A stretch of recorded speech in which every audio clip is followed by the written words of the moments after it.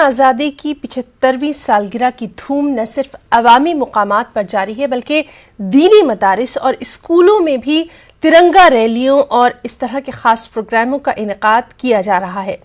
اننت ناگ کے دور افتادہ علاقے گڑھول کوکرناگ میں قائم دارالعارفہ ختیجۃ الکبریٰ دارالعلوم میں بھی اسی طرح کا ایک خاص پروگرام منعقد کیا گیا۔ پروگرام میں دارالعلوم کی 300 سے زائد طالبات نے بڑھ چڑھ کر حصہ لیا اور ملک کی آزادی کی مناسبت سے مقالے پڑھے۔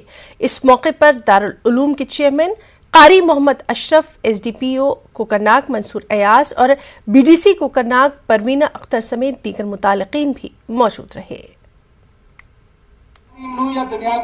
دارالعلوم ہے، اس کے اندر ہم بچوں کو دینی اور دنیاوی یعنی ایجوکیشن قرآن حدیث کے ساتھ میں بچوں کو تعلیم دیتے ہیں، کیونکہ یتیم اور غریب بچے ہیں یہ، اس لیے ہم سوچتے ہیں کہ ایک غریب اور یتیم بچے کو اگر آگے لے جانا ہو اس کو دونوں تعلیم دینا بہت ضروری ہے۔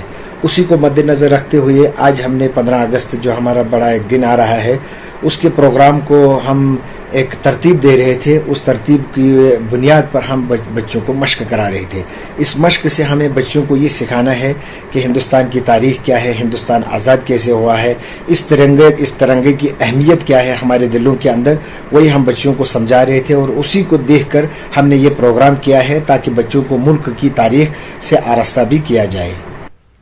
پامپور پولیس اور سی آر پی ایف نے آج پامپور میں ایک پیدل ترنگا ریلی کا انعقاد کیا۔ ایس ڈی پی او پامپور امتیاز احمد کی صدارت میں یہ ریلی نکالی گئی۔ قصبے کی مختلف سڑکوں اور گلی کوچوں سے ریلی نکالی گئی۔ مقامی نوجوانوں نے بھی بڑھ چڑھ کر اس ریلی میں حصہ لیا۔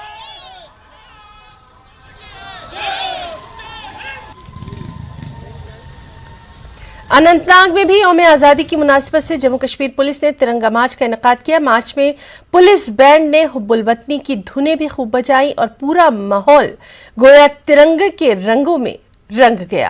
ترنگا مارچ میں پولیس اور سی آر پی ایف کے اعلیٰ افسران کے علاوہ مختلف اسکولوں کے طالب علموں نے شرکت کی۔ یہ مارچ کھنبل پہلگام روڈ سے شروع ہو کر مختلف سڑکوں سے گزر کر اختتام پذیر ہوا۔ ادھر ضلع کے متعدد علاقوں سے اسی طرح کے پروگراموں کی خبریں ملیں جہاں پر زندگی کے مختلف شعبوں سے تعلق رکھنے والے افراد شرکت کر رہے ہیں۔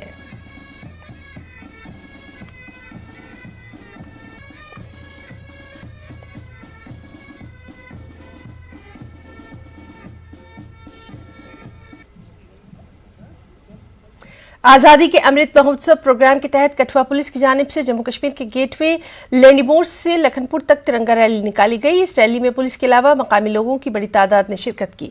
اس ریلی کا بنیادی مقصد ہر شہری کے اندر حب الوطنی کا جذبہ بیدار کرنا ہے۔